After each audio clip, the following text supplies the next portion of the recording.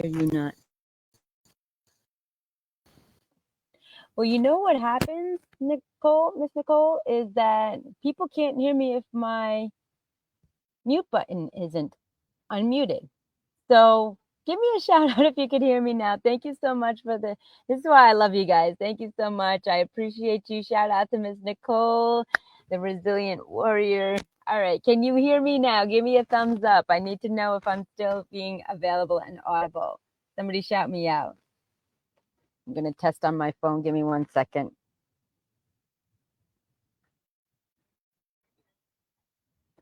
All right. It appears that I am audible. So I don't know how much of it you got. So I'm going to rewind because this is technology, ladies and gentlemen, with Andrea Mason. Alrighty. So good morning, everyone. It is Tuesday, 7th. Shout out to y'all. This beautiful golden hour. If you know, I know golden hours in the evening, but the beautiful leaves behind me just make beautiful ambiance. Alrighty. Regrouping. It is a cool, crisp 57 degrees Fahrenheit this morning as the sun is rising and all of nature is awakening. Alrighty. So getting back into the question, people ask me, Andrea, what is play all about? How do you press play on life? And so I want to share with you a couple of techniques and reasons why and how I started to press play on my own life.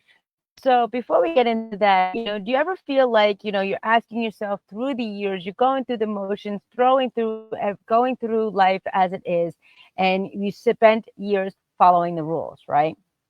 You're a rule follower. You make sure you don't do anything out of the ordinary and be mindful of your own space as well as others. And you've realized you following the rules. You spent years following the rules, great expectations. The noise is getting louder and louder. But what if you ask yourself, I'm living my life on other people's terms, not my own?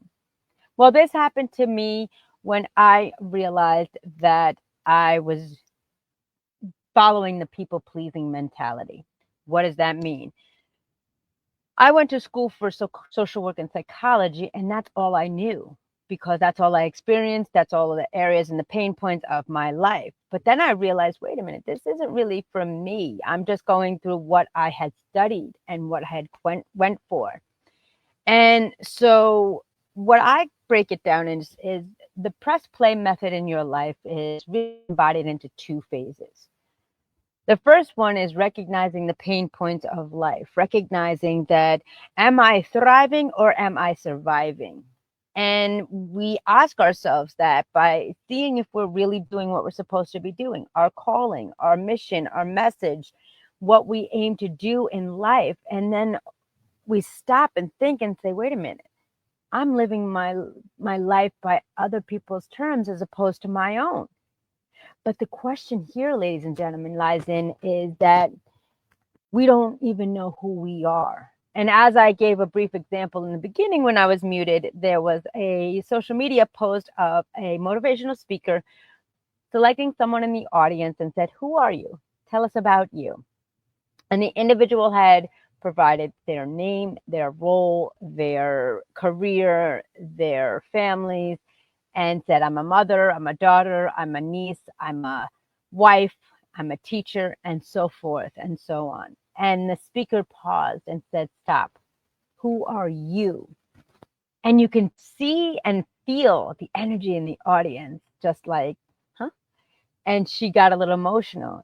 And the speaker addressed that it wasn't quite often that we get asked or we even take an personal assessment of who we are. And so what happens is we get overwhelmed with multiple responsibilities and guilt and fear that we get lost in translation of our own identity. And we don't have a clear personal path towards freedom or fulfillment.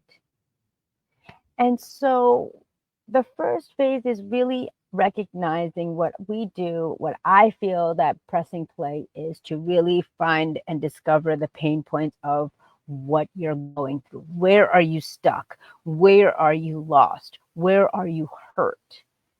And then we unravel those to really get the meat of the, information to kind of see what happened, what has occurred, all due respect in what you feel comfortable sharing. And then we take a deep dive. And as we take a deep dive, what we do is I usually do this really well with individuals that are roughly in the ranges of 25 to 55 plus. Because why? Because especially women, because what happens is they are curators and creators, right? And so they have successfully achieved so much in their lives, but what has not happened is that they're emotionally drained and exhausted. And so they haven't really utilized their fullest and greatest potential to become who they really are.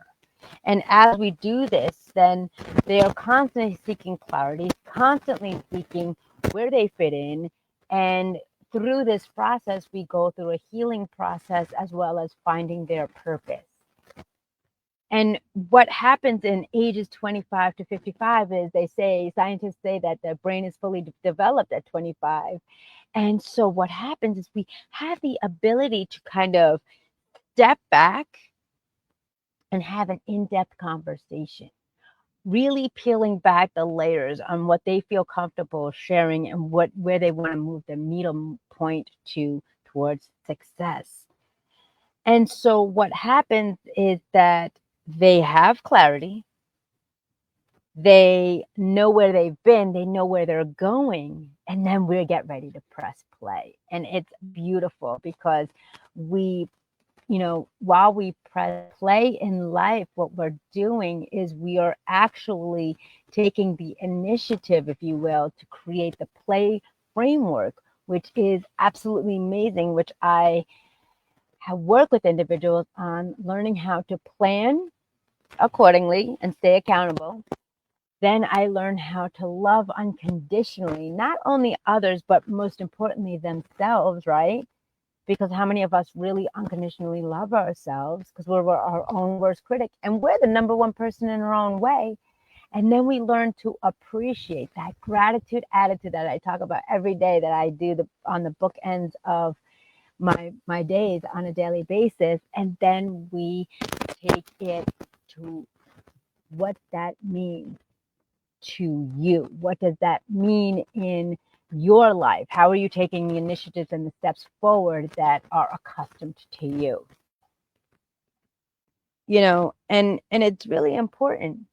I see you out there. I see you grinding. I see you doing everything you need to do, following the rules, following the herd. I see you suffering. I see you struggling. I can feel the toxicity. I can feel the tension in the world. Remember, I'm an empath, and as I've been going on this journey, my empathetic energy has just increased to great volumes, hence why I am completely unplugged and underground.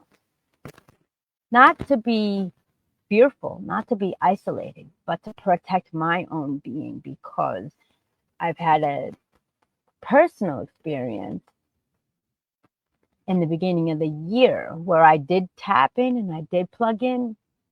And because of the sadness, the chaos, the violence, the anxiety, the abuse, the neglect, the abandonment, those